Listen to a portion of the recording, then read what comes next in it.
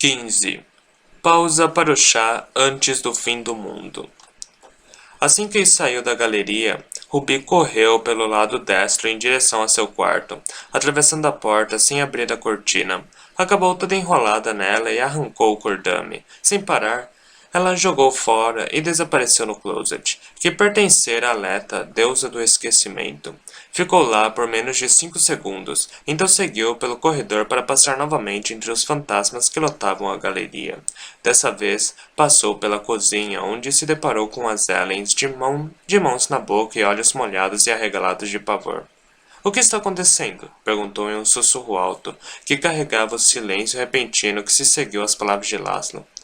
Fiz uma promessa, ele falou para Minia, que irradiava fúria. Então, quebre-a. Ela sibilou. E Laszlo não disse nada. Apenas segurou Sarai junto a si e, agoniado, chacoalhou a cabeça. Ruby cruzou um olhar com Pardal do outro lado da sala. Sua irmã estava pálida e desesperada. Ele lançou um gesto que dizia se apresse. Ruby se virou para a pequena Ellen e disse: Era ridículo. Ela sabia como aquilo soava. Como se estivesse fora de si. Ellens, falou. Será que temos chá? Elas a encararam, o pavor momentaneamente subjugado pela surpresa. Chá? Repetiu o grande Ellen. Ruby lambeu os lábios e se esforçou para ser a própria imagem da indiferença ingênua. O quê? Respondeu, na defensiva. É proibido sentir sede? Seus corações martelavam, suas costas suavam. Chá nunca é uma má ideia. Você mesma falou isso? Bem, você acabou de desmentir o ditado, disse grande Ellen. Pequena Ellen engasgou. Oh, o engasgo não tinha nada a ver com o chá. Com uma olhada, Ruby percebeu. Sarai não estava mais ali. Laszlo havia sido deixado segurando o ar. Tarde demais, pensou, enlouquecida. Tarde demais. Ainda assim, tinha que tentar. O que mais poderia fazer? Vou preparar, falou para as Ellens, empurrando-as e seguindo para a porta. Sarai estava ancorada. Então, não estava mais. Havia sua essência. Então, não tinha mais. O frágil fio que conectava sua alma ao mundo ficou frouxo de repente.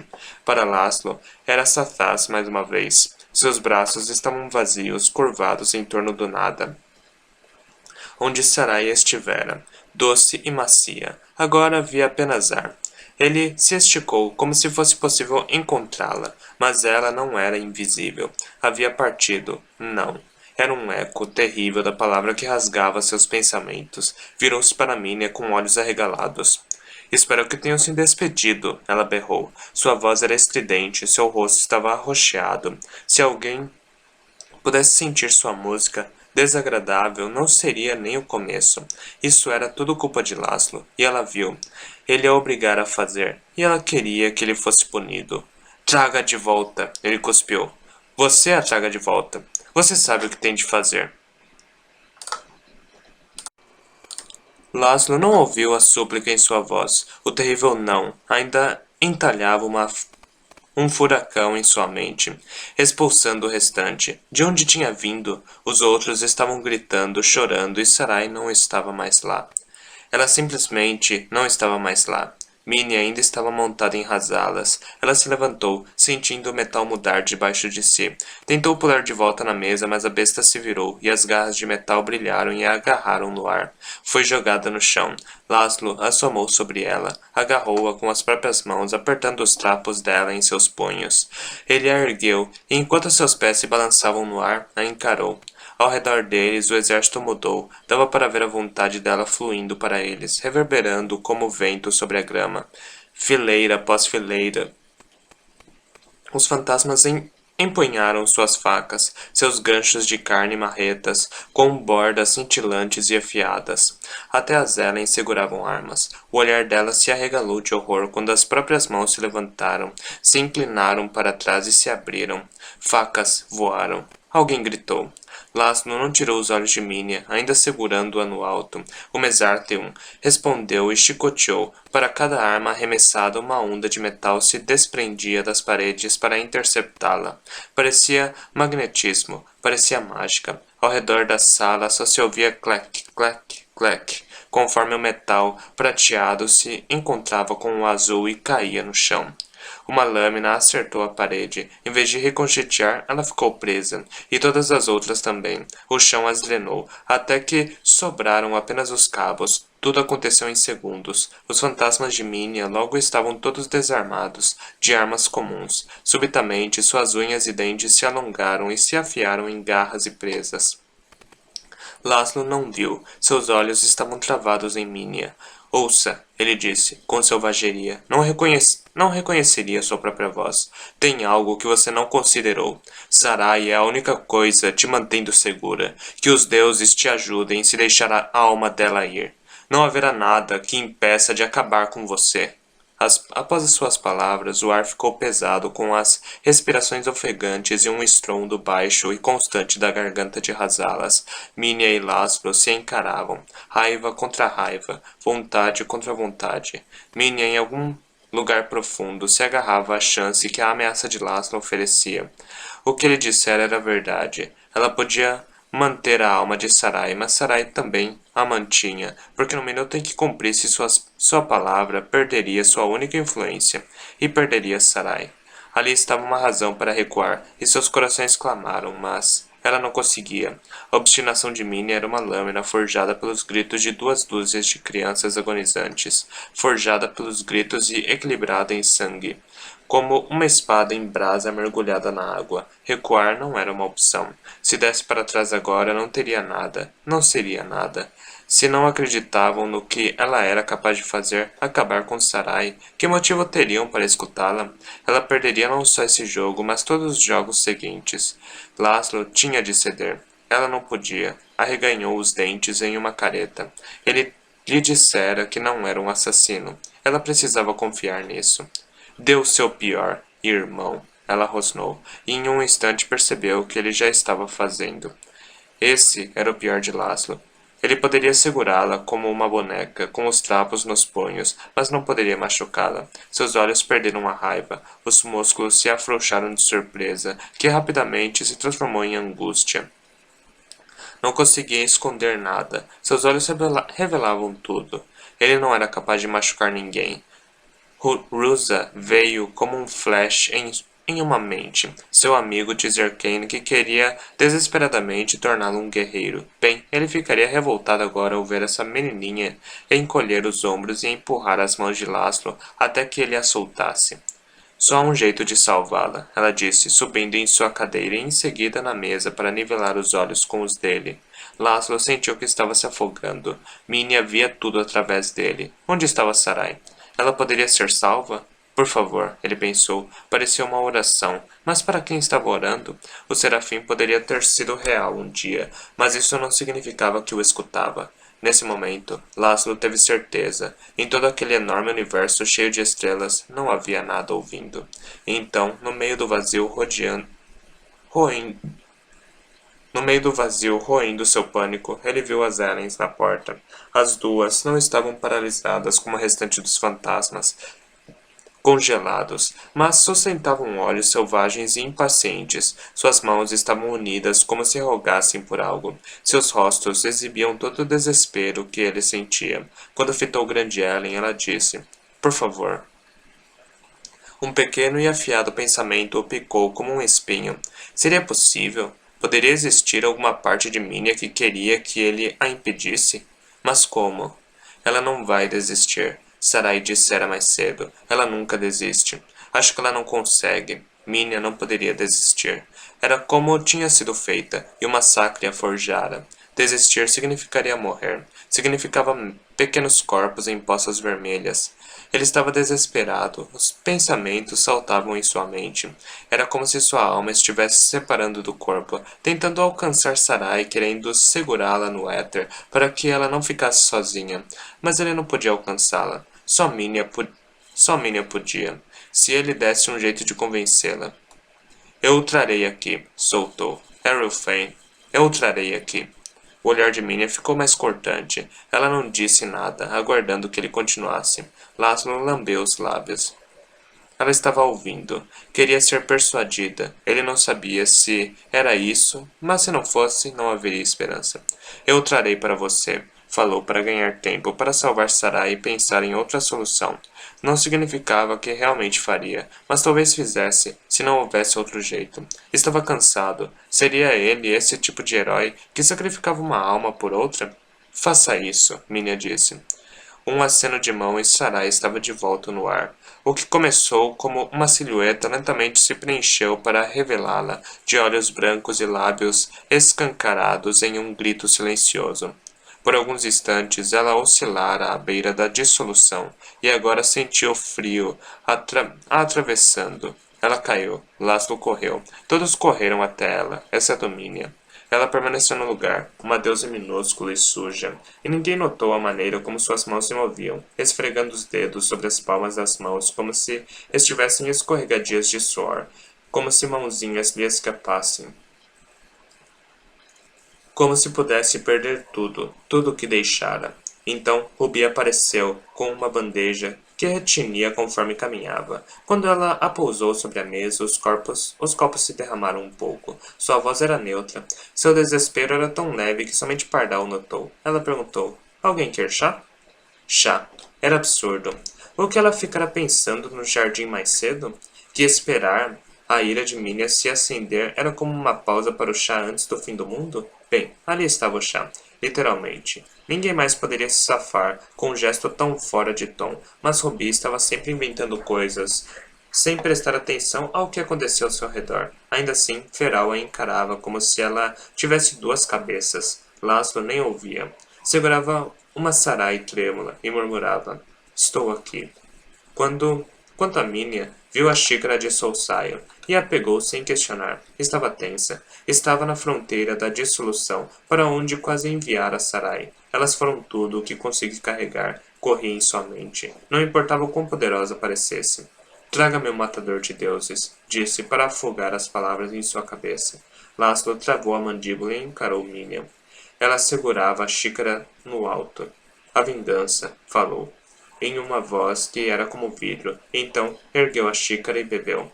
Rubi a observava. Pardal a observava. As duas garotas seguraram a respiração. Não poderiam ter certeza. Era apenas esperança e se, mas não se habitava a câmara da deusa do esquecimento, sem, ao menos, uma vez provar a porção da garrafinha de vidro verde que ela mantinha na mesa da cabeceira.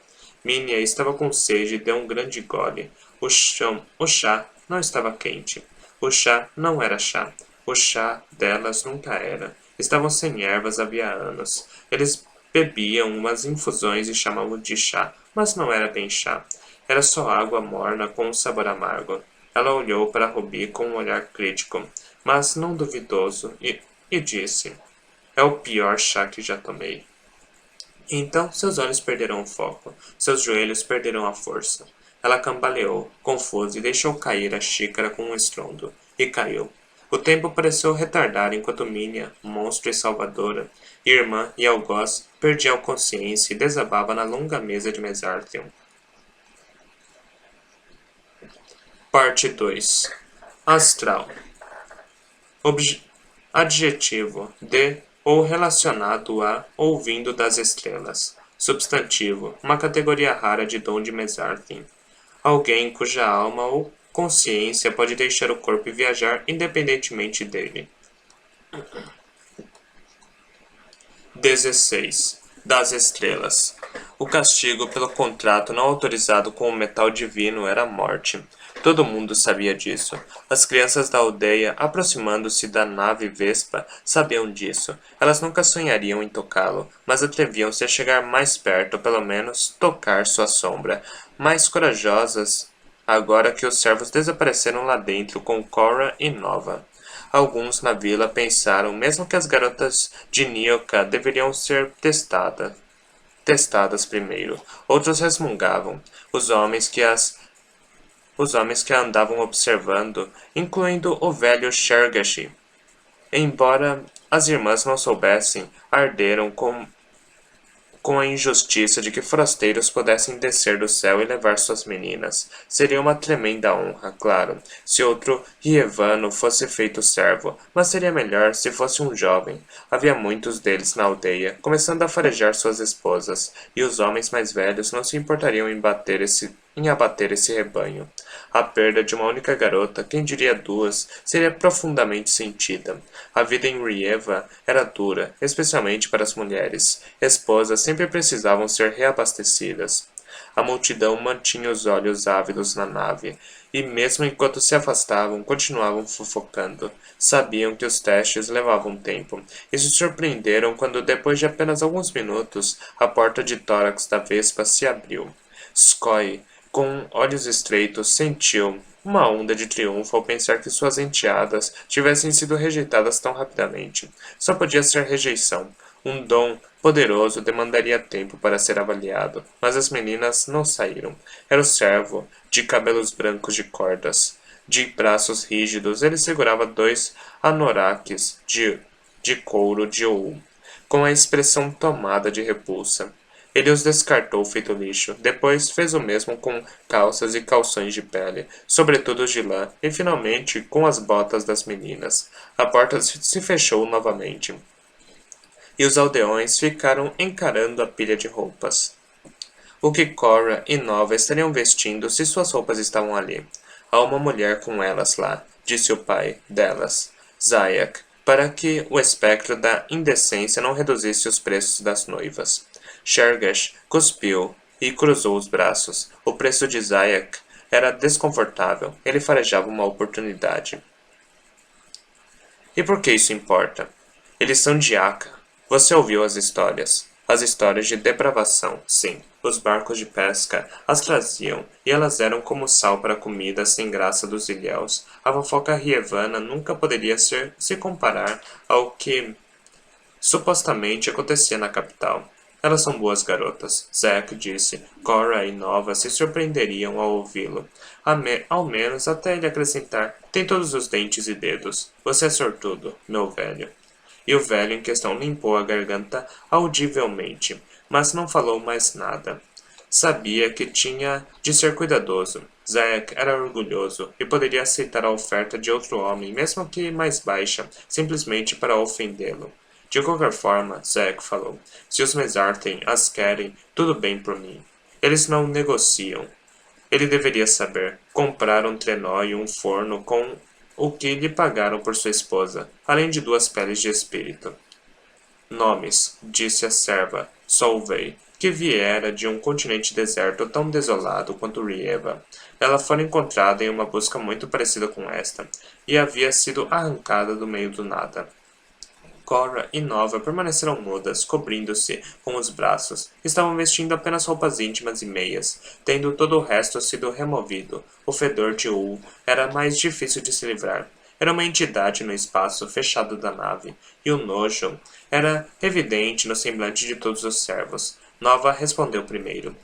Novali, disse. Então fez uma pausa. Seu nome completo era Novali Zayak Vassa.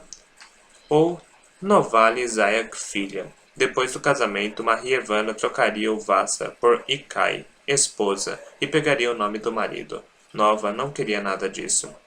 Nyoka Vasa, falou. Queria ser apenas a filha de sua mãe, especialmente hoje. Solveig o anotou e olhou para Cora. Coracle, Nyoka Vasa, disse Cora, olhando de relance a irmã. Ela gostou da sensação do pequeno ato de desafio que impediria que o nome de seu pai fosse anotado e se tornasse permanente em um documento imperial. Nyoka, falou Solveig. Esse é o nome da mãe de vocês, que era uma serva? As garotas assentiram. Você a conhece? Nova disparou. Solveig balançou a cabeça e Nova engoliu em seco de decepção. Ela e Cora estavam tentando parecer calmas, mas seus corações estavam acelerados. Estavam mais deslumbradas até do que as crianças lá fora, saltitando na sombra da nave Vespa. Ninguém sonhara com esse momento tanto quanto elas, e ninguém mais realmente acreditava, como elas, que era seu destino, enfim, se apresentando para resgatá-las. Ninguém mais realmente acreditava, como elas, que era seu destino enfim se apresentando para resgatá-las. Contornaram com os olhos as finas faixas de metal divino que os Mesarten usavam em suas sobrancelhas, o diadema dos servos, como o chamavam. Era o que o mantinha em contato com o metal divino que ateava seus dons. Por mais simples que fosse, era o símbolo mais potente do poder no mundo de Meseret. Por toda a sua vida, Cora e Nova sonharam em usar um desses. Elas notaram que o ferreiro usava avambraços que cobriam seus antebraços e eram gravados com desenhos complexos. Parecia uma quantidade excessiva de metal divino, o que revelava sua importância. Ferreiros acumulavam metal divino como recompensa imperial, pelo seu esforço e por vitórias em batalhas. A cada sucesso, suas naves ficavam maiores. Quanto maior a nave, mais glorioso era seu capitão. A nave Vespa era pequena, o que sugeria que o ferreiro não era glorioso, ou simplesmente muito jovem e estava no início da carreira. E qual era o dom de sua mãe? Perguntou o telepata alto, de cabeça raspada, cujo nome era Ren. Ondas de choque, respondeu Nova. Magnitude 16, completou Cora, orgulhosa, e as garotas ficaram satisfeitas ao ver os olhos dos servos se arregalarem. Estavam impressionados. Como poderiam não estar? Quantos deles eram 16? A escala de magnitude ia até 20, mas os dons de força de 18 ou mais haviam sido registrados apenas algumas vezes na história. Na prática, 16 era o máximo possível. Além disso, a magnitude era hereditária, o que significava... Isso vai ser interessante, dizia o Mesarthion, de cabelos brancos, ainda tentando se livrar do fedor das roupas delas. As garotas estavam curiosas sobre seu cabelo. Ele tinha tanto e era tão branco. Ele não parecia velho, e Mesarthion não envelheciam. A longevidade, talvez até a imortalidade, era um efeito colateral do metal divino, por isso era impossível dizer a idade deles. Vamos ver o que conseguem fazer, Solveig falou para elas. Então virou-se para o ferreiro. Ele ainda não falara nada, apenas se apoiou na parede e observou. Sua postura era preguiçosa, mas seus olhos eram afiados. Só ele dos quatro demonstrou interesse pelo que não estava mais escondido, pelas roupas fedorentas das irmãs. Enquanto Cora e Nova permaneciam paradas, envergonhadas, seu olhar percorreu vagarosamente as pernas e ombros nus e brancos, os seios e as barrigas, com véus finos, como se as roupas íntimas e braços cruzados não escondessem nada. Escates, incitou Solveig, quando ele não disse nada e apenas continuou a observação indecente. Ele se virou para ela de sobrancelhas franzidas, como se não soubesse que todos esperavam por ele. Vamos começar? Ele perguntou. Havia algo frágil em seu tom, algo como cautela. Com certeza, e virou-se novamente para as irmãs. Vamos ver como vocês ficam azuis. E essas palavras, que anunciavam o maior sonho da vida das meninas, foram sujadas pela boca de Scates, que parecia deixar uma marca nelas, fazendo com que Cora e Nova ficassem ainda mais ansiosas para se esconder de seu olhar. Ele jogou algo para Cora. Foi um arremesso fácil e deu a ela tempo para alcançá-lo. Apesar da surpresa, era tão pequeno quanto uma bola de neve, do tipo tão gelado que doía, e ela percebeu que era metal divino antes de pegá-lo. Pensou que seria difícil pegá-lo, mas ele atingiu sua mão como geleia e estourou, espirrando em seu braço e grudando, de modo que pareceu tê-la pegado, e não o contrário. Não havia nada aleatório no modo como se acumulava e fluía sobre sua pele. Não escorria, mas se espalhava suavemente, afinando-se como uma folha e deixando-a dourada. Não dourada, mas azul, das pontas dos dedos até o pulso e o antebraço. Ela parecia estar usando uma luva feita de espelho. Observou-se maravilhada. Virou a mão, flexionou os dedos, o pulso. O metal se movia com ela, como uma segunda pele. Então ela sentiu um zumbido baixo, uma vibração. A princípio foi apenas na mão e no antebraço, onde o metal a tocava, mas depois se espalhou. Toda a modéstia foi esquecida quando a agitação subiu pelo seu braço, além da luva brilhante. Enquanto observava, sua pele começou a mudar de cor. Foi ficando cinza como nuvens de tempestade ou carne de ul, subindo da luva em direção ao ombro, carregando a vibração e o cinza junto. Sentiu o formigamento dos lábios, nos dentes. Nova viu a transformação operando em sua irmã, sua pele ficando cinzenta e finalmente azul Mesartem. Foi perfeito. Havia imaginado a cena tantas vezes. as duas azuis, livres e empoderadas, longe dali. E agora estava acontecendo. Lágrimas surgiram em seus olhos. Enfim, estava acontecendo. Elas sempre acreditaram, no fundo de seus corações, que seu dom seria tão poderoso quanto o de sua mãe. Quanto ao que seriam, era difícil imaginar o que esperar. Elementares empáticas, telepatas, metamorfas, videntes, curandeiras, bruxas do tempo. Elementar guerreiras mudavam de ideia o tempo todo. Nova, especialmente, sempre fora gananciosa e nunca conseguia se contentar com um dom só. Ser ferreira, claro, seria o maior dos dons, e o próprio imperador era, claro, um ferreiro. Mas Cora e Nova sabiam quão raro era e nunca alimentaram essa esperança. Ultimamente, com os homens da vila olhando para elas como gado, a invisibilidade começou a parecer atraente para Cora. Prefiro ser capaz de infligir cegueira, afirmou Nova. Por que nós teríamos que desaparecer só porque os homens são animais? E agora chegara o momento de descobrir. O suspense era quase insuportável. O que seriam quando seus dons despertassem? Com qual habilidade serviria o Império? O zumbido atravessou Cora. Depois de cobrir toda a superfície de seu corpo, pareceu afundar mais profundamente, da pele até o âmago, penetrando no coração, nos olhos, nas entranhas, dos joelhos e na barriga. E em sua mente havia uma presença. Ela a sobressaltou, mas era familiar. Pouco tempo atrás, ela e Nova imploraram silenciosamente: Olhem para nós. E o telepata, Ren, entrara em suas mentes. Agora lá estava ele novamente, dentro de Cora. Não pense, ele lhe aconselhou de dentro da mente dela. Não questione, só sinta. Eu sinto um zumbido na pele, ela pensou, se perguntando se ele a ouvira. E assim ele fez. Esse é o limite físico. Vá mais fundo. Nossos dons estão enterrados dentro de nós. Ela tentou fazer o que ele dizia. Fechou os olhos e imaginou que estava abrindo olhos que enxergariam dentro, em vez de fora. Nova ficou observando, maravilhada com o azul sedoso das pálpebras de sua irmã, um tom mais escuro que o restante de sua pele. Estava linda, sim, majestosa, mesmo em roupas íntimas. A luva de metal divino deu-lhe uma elegância que nem mesmo o fedor de seu lar podia arruinar. E seu cabelo, leve e bonito contra a pele branca, agora contrastava com o azul. Até suas sobrancelhas e cílios pálidos se destacaram de uma maneira nova e marcante.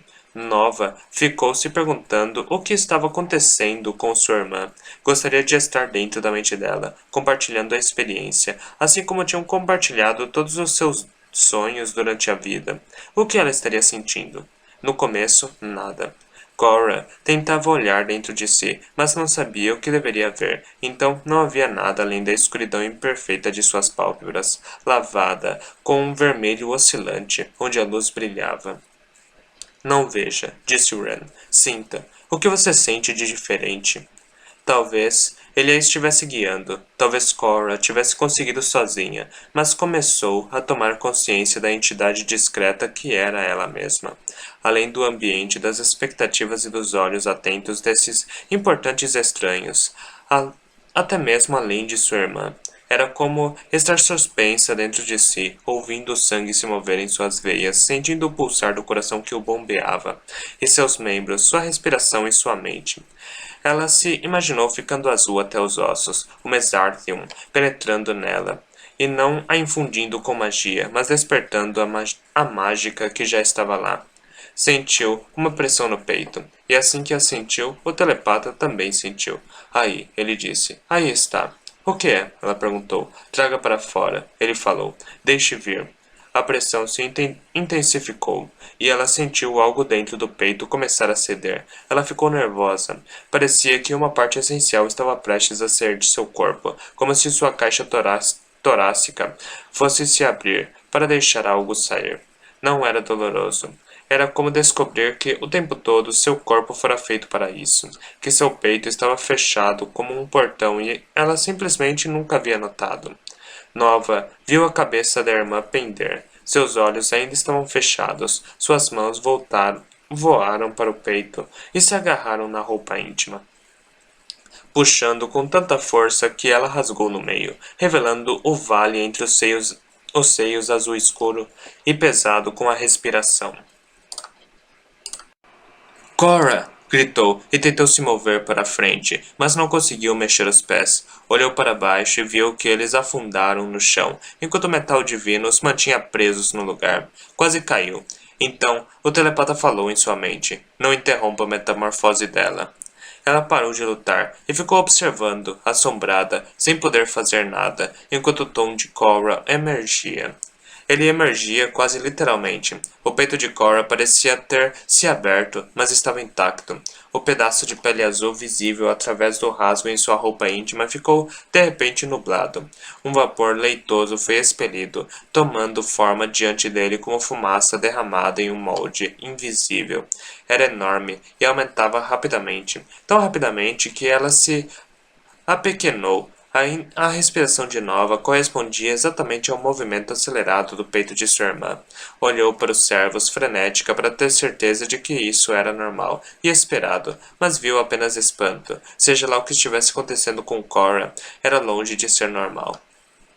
Era uma coisa fantasmagórica no ar e tinha asas, grandes asas arrebatadoras. O primeiro pensamento selvagem de Nova foi que era um serafim, um dos seis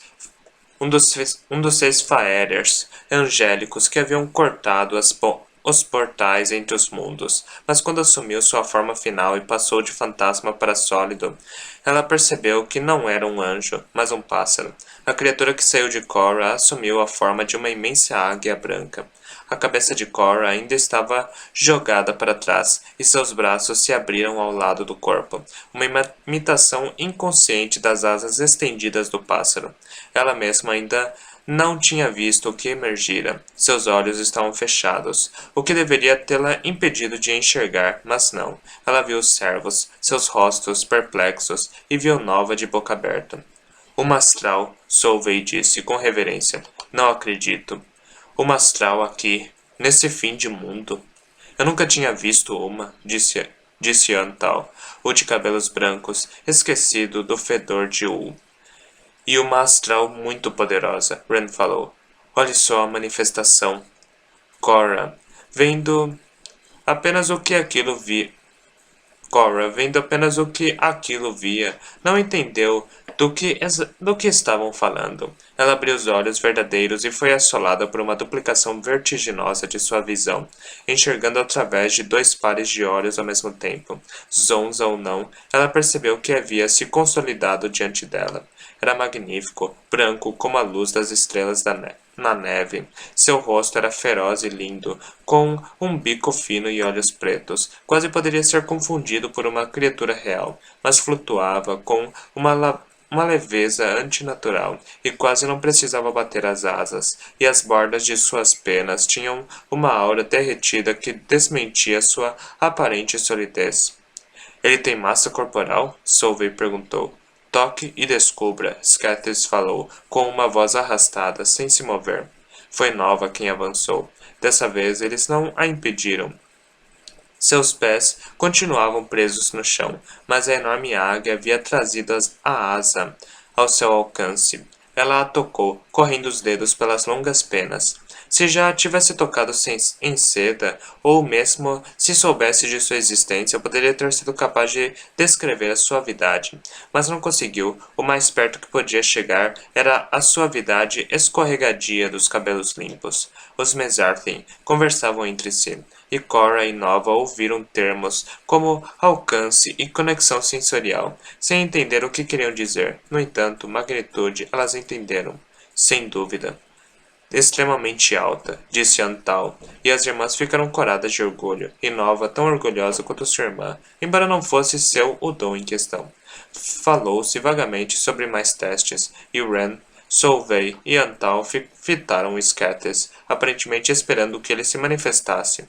Ele permanecia fixo em Cora e no pássaro, com um brilho forte em seu olhar, e por fim disse: O imperador ficará satisfeito. Isso encerrou o assunto. Ren ajudou Cora a levar o pássaro de volta para dentro de si. o que pareceu impossível a princípio, de onde quer que tivesse vindo, agora que era real e maciço, como algo que tivesse nascido e que não podia ser recolocado. Mas então ela descobriu que podia. Assim como saíra de seu peito, entrara de volta. Sua visão duplicada se foi junto com a tontura, fazendo-a se sentir quase normal de novo. Embora fosse difícil se sentir verdadeiramente normal depois disso. O que significa astral? Perguntou sem fôlego. Nunca tinha ouvido falar disso antes. Não me surpreende, disse Solvay. É um dom extremamente raro, querida. Não vá botando coisas na cabeça dela, Skattis falou. Ela vai achar que é especial. Ela é especial, Solvay falou. Literalmente, astral significa das estrelas, Antal explicou. Porque o primeiro astral afirmou que podia viajar pelas estrelas sem ser de casa. Isso significa que seus sentidos, sua consciência, talvez até sua alma, podem tomar forma fora do seu corpo e viajar, deixando seu eu físico para trás e retornando a ele. E serei capaz de ver o que ele vê onde quer que ele vá? Não é ele, Antal respondeu. É você, Coracle. Aquela águia é você, assim como a carne e o sangue são você. Ele sorriu, um sorriso alegre que foi compartilhado por Ren e Solvay, o que os deixou muito menos intimidadores. E sim, você poderá viajar na forma astral. O clima na nave Vespa estava muito diferente de quando as meninas entraram. Antes, os servos estavam rígidos, como a compostura melindrada daqueles que realizavam uma tarefa tediosa, agravada por um fedor verdadeiramente vil. Agora, estavam quase eufóricos. Era claro que Cora era uma descoberta de grande valor, ainda mais agora que fora escolhida. Ela não seria abandonada ali, despojada do metal divino que trouxera seu dom. Manteria sua pele azul para sempre e sua águia mística também. Ela era o que sempre acreditara ser, poderosa. Ninguém soube de uma manifestação tão grande, disse Solvay. Existe um astral em Azorasp, cuja projeção é um pintacilgo. Ela deu risada. Coracle poderia engoli-lo inteiro. Coracle ouvir o nome de sua irmã, nada menos que seu nome verdadeiro, em voz alta e não junto ao seu provocou em Nova uma agitação nervosa, como se um processo que as separaria tivesse se iniciado, transformando-as de uma pessoa dupla em duas pessoas singulares. Não, afastou o pensamento. Seria como sempre planejaram. Duas soldadas bruxas servindo o Império juntas. Sempre juntas. O Mesartheon soltou seus pés e Nova se lançou para a frente, envolvendo Cora nos braços. Eu sabia, sussurrou. Você é incrível. Mas a alegria e a vingança das garotas só estaria completa quando o valor de Nova fosse provado também. A luva de metal divino começou a se soltar da mão de Cora. Ela viu o metal ficar líquido mais uma vez e recuar de seu pulso, aglomerando-se. Sentiu uma pontada de perda. Não queria voltar a ser sua versão antiga, sem mágica e pálida. E não precisava. Scathis não retirou o metal divino, mas o transformou em uma fina faixa ajustada sobre a palma da sua mão. Um diadema. As duas garotas engasgaram. Como sonharam com esse momento, até brincavam com algas e pedaços de barbante. Vista-o. Scathis instruiu, e Cora ergueu a sobrancelha para encaixá-lo no lugar. Mas o ferreiro disse, não, no pescoço. Cora parou, confusa. O quê? Como um colar. Scathis disse. A mandíbula de Solvay ficou rígida. Olhou para os papéis à sua frente e fingiu arrumá-los sem dizer nada. Cora, insegura, fez o que lhe foi ordenado. Assim que tocou seu pescoço, o metal divino curvou-se ao redor dele, envolvendo-o completamente, e embora não estivesse muito apertado, a deixou desconfortável. Certamente não era com isso que tinha sonhado. Passou os dedos sobre a coisa e forçou. O que esperava ser um sorriso corajoso e agradecido. Scatter se virou para Nova.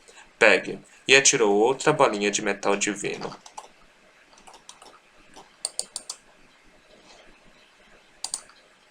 Nossa.